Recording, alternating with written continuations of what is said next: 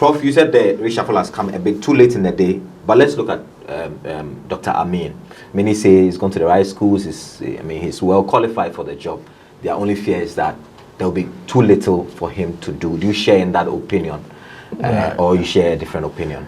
Okay, so in economics and finance, we call something momentum. Okay. We use it in mechanics as well. Okay. I mean, when a certain system picks a direction, sometimes it's because of the weight. Okay. It's difficult to change the direction. Do you get what I'm saying? So that analogy is what I'm trying to use to answer your question. You see, the country has picked up a certain direction, which was set by Ken Ofori-Atta. And there's no way we can change that direction. Yes, because, you know, we are with the IMF. Okay. The IMF for the next 3 years, I mean, up to 2026, the dictate of our budget is in the IMF program. So we have no wiggle room. We have nothing more to do. We have wiggle room within the details. Okay. But then, unfortunately, Ken was focusing too much on revenue generation. But in the same IMF program, we have expenditure rationalization and expenditure cut. Okay. Which he wasn't looking at that. And I know for political reasons, he won't do that. Because if he cut expenditure, he may not provide the roads. You know, Ghana is in debt, right? Yes. But have you seen, you know, the road constructions that are going on? You ask yourself, will be out the Kausi dying. You can cut the number of ministers and then and reduce so your expenditure. That's I'm coming in. Okay. So the expenditure cut wasn't Ken's focus. He was more on revenue enhancement.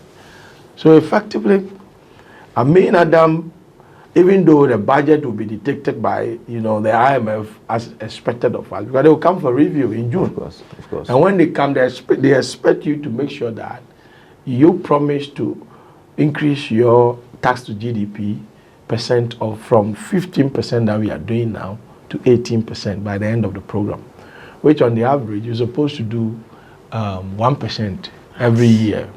Yeah, for the next 3 years, yes. Yes. So you ask yourself, we're talking about debt. So debt is supposed to make the citizens better. Now, these taxes that you want to increase, you are going to take it from the citizens who are already burdened by too many taxes. Were they better off when you're compiling the debt? No. Yeah. So at the end of the day, you know, you face problems. That's why he's facing resistance on this street. Demonstrations here and there, and the renegotiations and all those, coupled with, you know, inflation going up, which is wiping out, you know, typical citizens, income at the end of every month.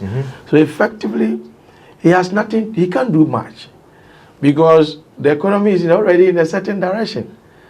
What he can do is that maybe change the focus of revenue generation to, you know, expenditure cut, which one way or the other is a form of revenue generation. Of course. Because you want to spend and you don't get it, it's a savings for you indirectly. Yeah. So probably he may reorient his focus within the same IMF framework and then focus more on, you know, expenditure cut.